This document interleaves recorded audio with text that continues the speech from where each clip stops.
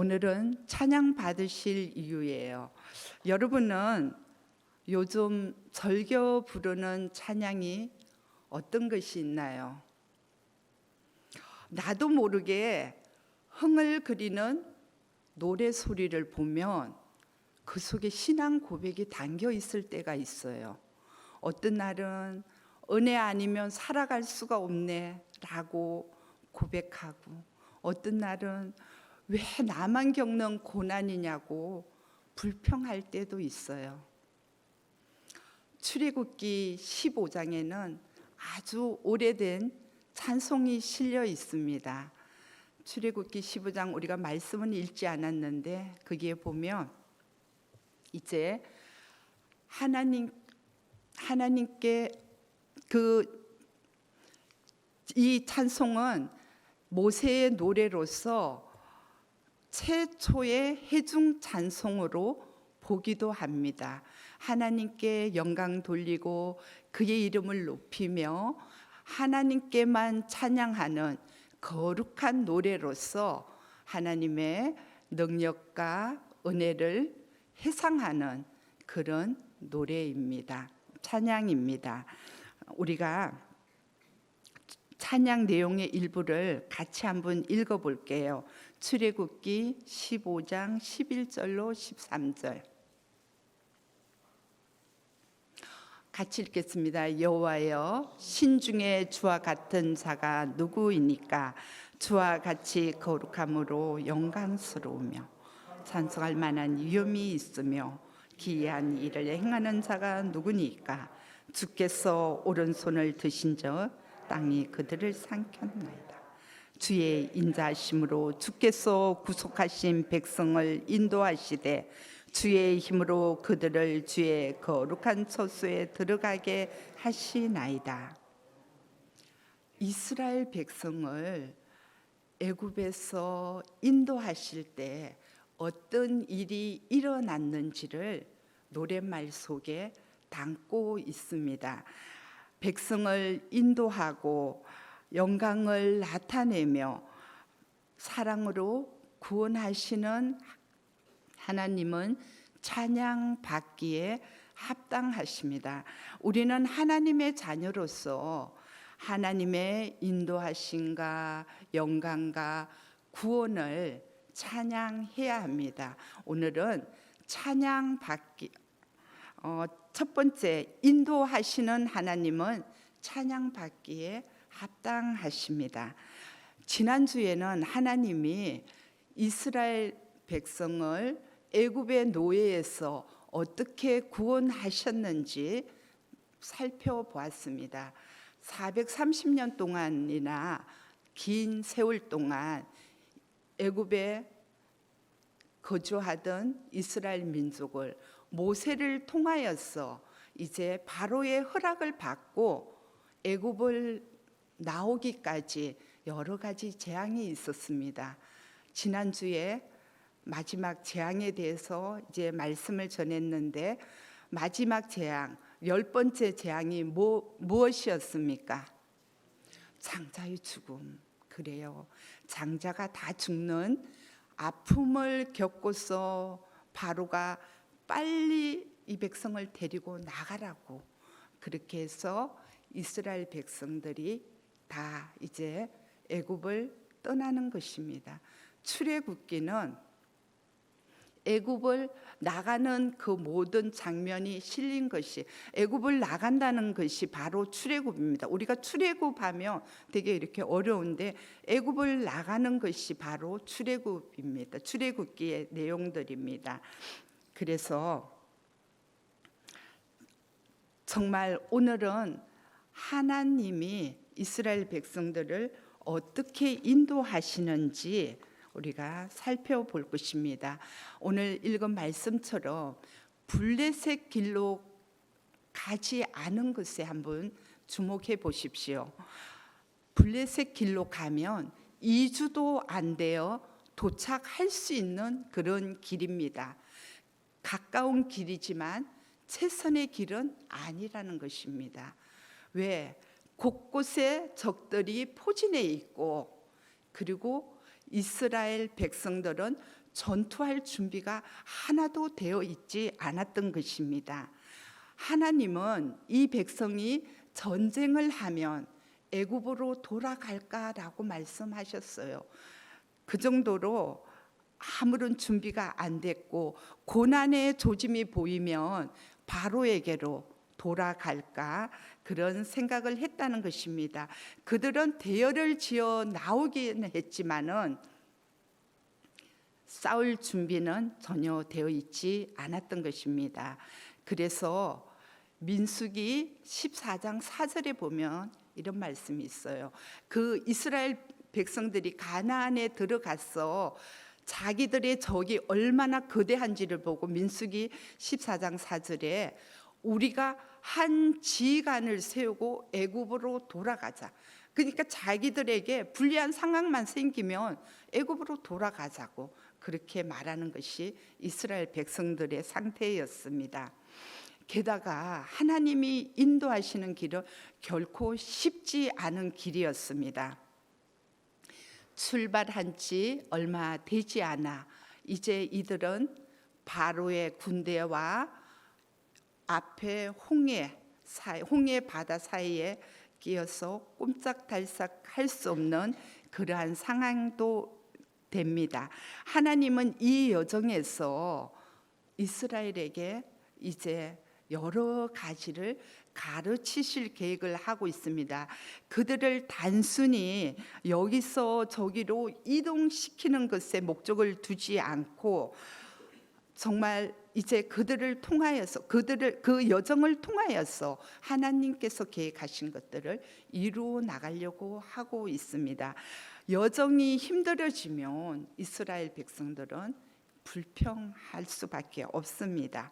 그런데 우리 역시도 인생 여정이 힘들어지면 불평하고 원망합니다. 그래서 우리 삶의 여러 정황에서 무슨 일이 일어나는지 우리는 알 수가 없어요. 그래서 우리는 하나님을 신뢰하고 하나님을 의지하고 정말 그분의 주권적인 것을 믿으며 나아가기만 하면 되는데 그렇게 하지 못할 때가 참 많습니다. 로마서 8장 28절에 보니까 하나님을 사랑하는 자, 그 뜻대로 부르심을 입은 자들에게는 모든 것이 합력하여 선을 이룬다고 말씀하고 있습니다. 비록 어디로 가는지 알지는 못해도 인도자가 계심은 분명히 알 수가 있습니다. 이스라엘은 애굽을 떠날 때 애굽 사람들의 기중품도 챙겼어요. 10번의 재앙이 있는 그럴 때마다 이제 그들은 자기들의 모든 갖고 갈 것들을 하나씩 챙겼던 거예요. 그래서 기중품까지 챙겼는데 근데 오늘 우리가 읽은 19절에 보니까 물건만이 아니라 사람, 요셉의 유고를 가지고 떠났다고 그렇게 말씀하고 있습니다. 이스라엘 백성이 요셉의 유언대로 그의 유고를 가지고 이제 약속의 땅으로 향하는 것입니다. 이 요셉의 유언은 창세기 50장 25절에 말씀하고 있는데 하나님이 창세기 50장 25절 같이 읽어볼게요. 요셉이 또 이스라엘 자손에게 맹세시켜 이르기를 하나님이 반드시 당신들을 돌보시리니 당신들은 여기서 내 해구를 메고 올라가겠다 하라 하였더라. 이렇게 이 단순하게 보이는 행위가 약속을 성취하시는 하나님이라는 것, 하나님을 나타내는 것입니다. 요셉은 하나님의 신실하심과 아브라함에게 하신 모든 약속들을 믿었고 그대로 선한 대로 이루어질 것을 확실히 믿었기 때문에 너희는 분명히 여기서 나갈 것이다. 그러니까 내 육을 또 함께 가지고 가라고 그렇게 유언까지 했던 것입니다. 신실하신 인도자인 하나님은 이스라엘을 밤낮 없이 기이한 방식으로 인도하십니다. 낮에는 구름 기둥으로, 밤에는 불 기둥으로 인도하십니다.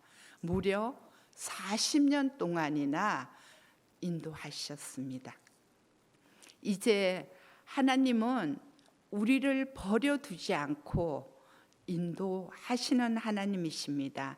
누군가는 이렇게 말할지도 몰라요. 아, 좋아요. 나에게도 그런 구름이 있으면 좋겠네요. 구름이 가는 대로 그냥 따라만 가면 되니까 그렇게 말할 수도 있겠지만, 그런데 생각해 보십시오. 구름보다 더 좋은 성령님이 여러분들 마음 속에 있다는 것입니다. 하나님께서는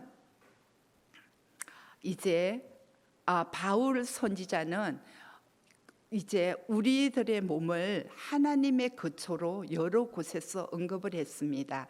골로새서 1장 27절 한번 읽어볼게요. 하나님이 그들로 하여금 이 비밀의 영광이 이방인 가운데 얼마나 풍성한지를 알게 하려 하심이라. 이 비밀은 너희 안에 계신 그리스도니 그 영광의 소망이니라. 내 안에 계신 하나님이라고 말씀하고 있습니다. 그래서 성령께서 믿는 자 안에 계신다는 것입니다. 이것은 유대인이든 이방인이든 마찬가지입니다. 하나님은 성전이나 회막에 계시는 것이 아니라 우리들의 거처 안에 거하고 있다는 것입니다. 예수님은 성천 후에 성령을 보내실 것을 약속했습니다. 요한복음 14장 17절에 그는 너희와 함께 가시며 또 너희 속에 계시겠음이라 그렇게 말했습니다. 믿는 자라면 인생 여정이 혼자가 아닌 성령께서, 하나님께서 함께 계심을 믿고 나아가야 된다는 것입니다. 우리는 고아처럼 남겨지지 않았습니다. 하나님은 우리 가운데 계시며 각자의 마음 속에도 계십니다. 구름 기둥은 없지만 대신 성령께서 내주하셔서 친히 우리를 진리 가운데로 인도하십니다. 두 번째로 영광의 하나님은 찬양받기에 합당하십니다. 출애굽기 14장 1절로 14절 말씀인데 제가 시간 관계상 다 읽지 않았어요. 중간중간에 말씀을 읽을게요. 이스라엘 백성의 여정이 흥미로운 전환점을 맞습니다. 주님은 모세에게 최후의 결전이 곧 벌어질 것이고 하나님이 바로로 말미암아 영광을 받을 것이라고 그렇게 말씀하고 있습니다. 출애굽기 14장 4절 같이 읽어볼게요. 내가 바로의 마음을 완악하게 한즉 바로가 그들의 뒤를 내가 그와 그의 온 군대로 말미암아 영광을 얻어 애굽 사람들이 나를 여호와인 줄 알게 하리라 하시매 무리가 그대로 행하니라. 하나님이 하시는 것만 아니라면 이 전략은 말도 안 된다고 합니다. 정말 하나님은 애굽으로부터 벗어나 행진 중이던 이스라엘 백성에게 다시 돌아가서 바다와 사막 가운데 장막을 치라고 말씀하고 있습니다. 바로가 추격해 오면 어때요? 한쪽은 바다, 한쪽은 사막, 어디 도망갈 곳이 없어요. 근데 하나님은 그렇게 하라고 하십니다. 근데 성경 전반에 걸쳐서 보면 이런 특이한 전략을 하나님께서는 구사하고 있어요. 아브라함과 사라가 아이를 가졌을 때가 몇 살이었어요? 예, 100세 때 아이를 가지는 그런 우리의 상식으로는 일어날 수 없는 일들이 하나님이 말씀하시면 된다는 것입니다. 기드온의 300용사로 미디안의 군사 13만 5천을 하나님이 친히 이기게 하신 거 어떻게 설명할 수 있겠어요? 하나님의 전략은 도저히 우리가 알 수가 없어요.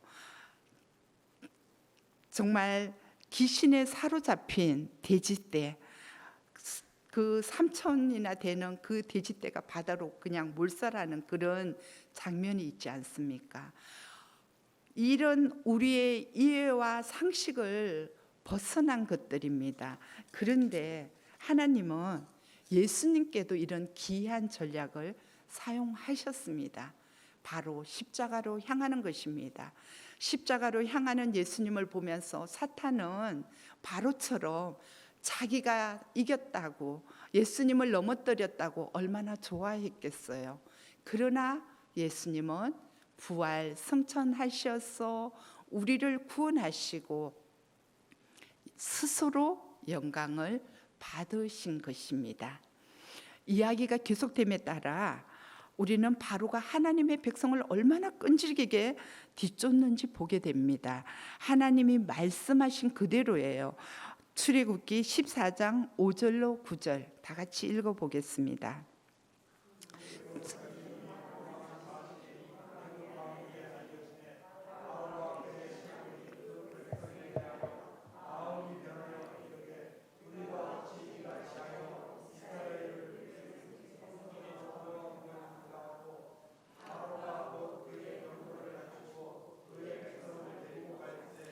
선발된 병거들과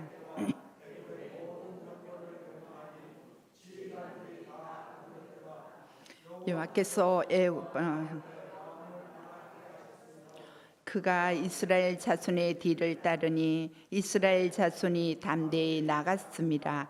애굽 사람들과 바로의 말들, 병거들과 그 마병과 그 군대가 그들의 뒤를 따라 바알스본 맞은편 벼이로 겨 그들이 장막을 친 데에 미치니라.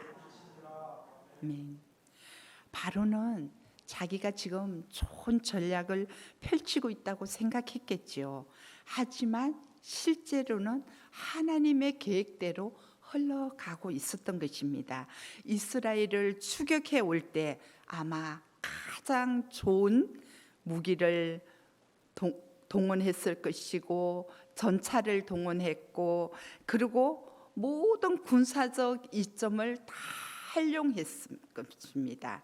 그래서 바로는 이 전투가 시작되기 전에 벌써 성전가부터 불렀을 거예요. 아, 이제 저기 보이는 저 백성들, 이제 우리가 이렇게 신식 무기를 가지고 저들을 공격하면 저들은 우리의 밥이야. 그러고는 어쩌면 달려갔는지도 모릅니다.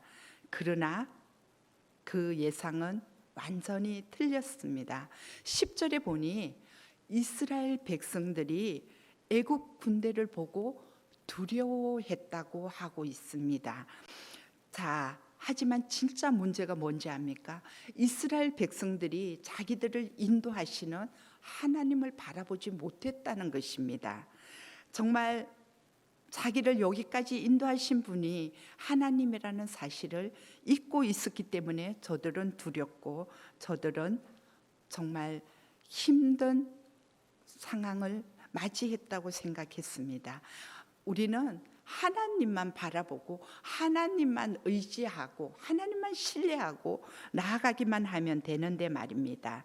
이스라엘은 불평합니다. 애굽에 매장지가 없었어. 우리를 이끌어내어 여기서 죽게 하느냐고 그렇게 겁에 잔뜩 질려서 불평하는 백성들에게 모세가 말합니다. 13절, 14절 같이 읽어볼게요.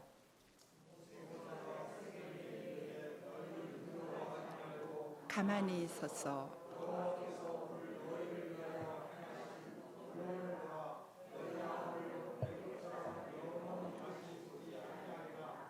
여호와께서 너희를 위하여 싸우시리니 너희는 가만히 있을지니라. 이런 전략을 본 적이 있습니까? 가만히 있으라니요. 지금 군사들이 뒤쫓아오고 있는데, 근데 하나님이 대신 싸우신다고 하고 있습니다. 그러나 이것은 대단히 뛰어난 전략입니다. 역대하 20장에도 보면 20장 15절에도 보면 두려워하지 말라. 전쟁은 내 몫이 아니다. 가만히 서서 하나님이 하시는 구원을 보라고, 하나님이 승리를 주시는 것을 보라고 그렇게 말씀하고 있습니다. 정말로 이것은 이스라엘의 성종고가 아니라 하나님의 비교 불가능한 영광을 나타내는 이야기입니다. 세 번째로 구원의 하나님은 찬양받기에 합당합니다.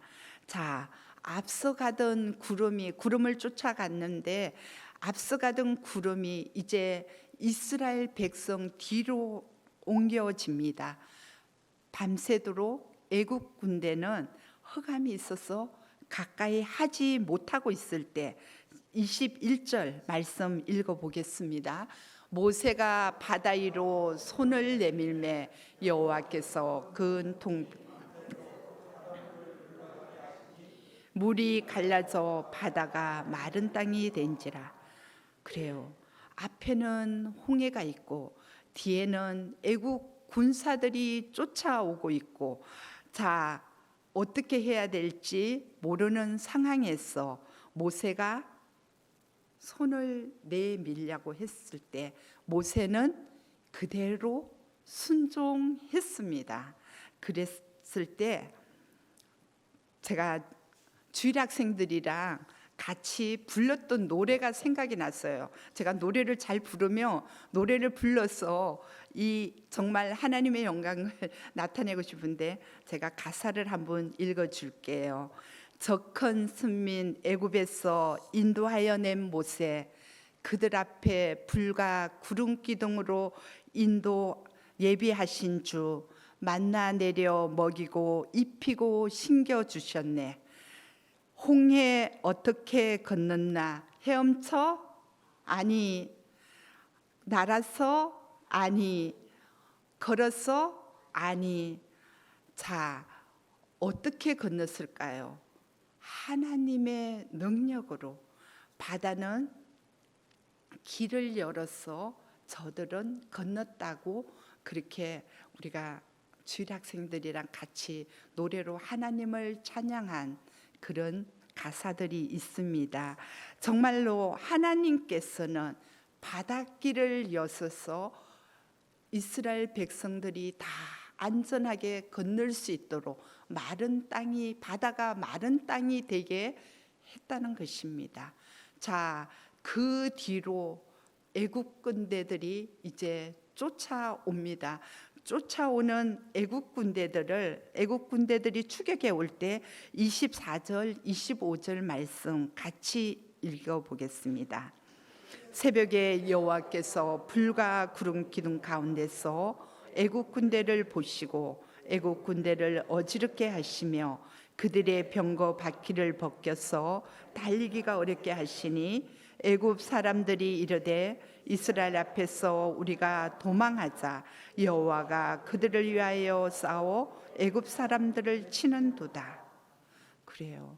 주님은 애굽 사람들의 그 정교한 정말 잘 최신형 그 무기 전차 그런 정말 그들을 가지고 쫓아오는 자들에게 그들의 병거 바퀴를 벗겼어. 그들이 앞으로 나아갈 수 없게 만들고 서로 어지럽게 하였어. 그들은 자기들끼리 그냥 한 곳에서 충돌하는 그런 일들이 계속 벌어지고 있었습니다. 그것도 이제 바다 한가운데서 이스라엘 백성들은 이제 바다를 거의 다 건너가는데 거의 다 이제 건너고 애국 군대는 뒤쫓아가는데 그러니 이들은 막 이제 하니 이스라엘 사람들은 하나님이 함께 하시기 때문에 우리가 이길 수 없다. 우리가 돌아가자. 그렇게 이야기를 하는데 돌아가려고 하니까 병거 바퀴가 벗겨져 가지고 바퀴가 말을 듣지 않죠. 어지럽죠. 막 그러니까 돌아갈 수도 없어요. 그래서 모세가 그때 손을 내밀매 물이 다시 합쳐졌어. 다 온 상태로 되어 버립니다. 이스라엘 백성들은 바다 건너편에서 이제 온전한 이제 새로운 시간들, 구원의 시간들을 맞는데 애국 군대는 다 물속에서 이제 매장됩니다. 30절 31절 말씀 같이 읽겠습니다. 여호와께서 이같이 이스라엘을 애굽 사람의 손에서 구원하심에 이스라엘이 바닷가에서 애굽 사람들이 죽어 있는 것을 보았더라. 이스라엘이 여호와께서 애굽 사람들에게 행하신 그 큰 능력을 보았으므로 백성이 여호와를 경외하며 여호와와 그의 종 모세를 믿었더라. 아멘. 심판과 구원이 현실에서 분명히 드러납니다. 거룩하신 하나님 앞에 회개할 줄 모르는 사람들의 끔찍한 최후는 바닷가 주변에 시신으로 남게 되었고, 정말 하나님의 인도하심을 따라가던 이스라엘 백성들은 바다 건너편에서 이제 정말 구원을 받고 행복해 합니다. 정말 그들은 믿음을 통하여서 반대편에서 애국 군대와 반대편에서 이제 행복한 그런 시간들을 맞습니다. 모세가 이스라엘 백성을 심판의 바닷물을 지나 건너편으로 이끌었던 것처럼 그리스도 안에 있는 사람들은 그분의 전능하신 부활을 통해 사망의 바닷물을 안전히 건너 반대편으로 갈 수가 있는 것입니다. 홍해 앞에서 바로의 군대와 맞닥뜨리는 것 같이 엄청난 위기 사건들이 누구에게나 다 찾아올 수가 있습니다. 자, 위기 속에서 급박한 상황만을 바라보면 두려움밖에 없습니다. 두려움만 밀려옵니다. 그런데 사탄은 우리의 눈을 가려서 하나님을 바라보지 못하게 하고 나쁜 상황만을 바라보게 합니다. 그래서 우리는 오늘 정말 말씀을 통하여서 모세가 우리에게 알려주는 위기 돌파의 해법은 첫 번째, 이스라엘 백성들을 책임져 주시는 하나님을 바라보는 것, 하나님을 바라보는 것이 우선돼야 됩니다. 그리고 가만히 있기만 하여도 적들과 싸워 주실 구원의 하나님이 함께 계심을 굳게 믿으라는 것이에요. 오늘 정말 말씀을 통하여서 우리가 하나님을 바라보고 정말 하나님을 굳게 믿고 나아갈 때 우리는 어떠한 것에서도 정말 홍해 바다와 같은 엄청난 일들이 내게 벌어진다 할지라도 이기고 승리할 수가 있게 될 것입니다. 어떤 위기 상황에서도 구원의 하나님을 바라보고 담대히 나아가는 것이 믿음입니다. 이 믿음이 하나님이 우리에게 주신 선물입니다. 우리는 이 정말 믿음을 선물로 받은 자들입니다.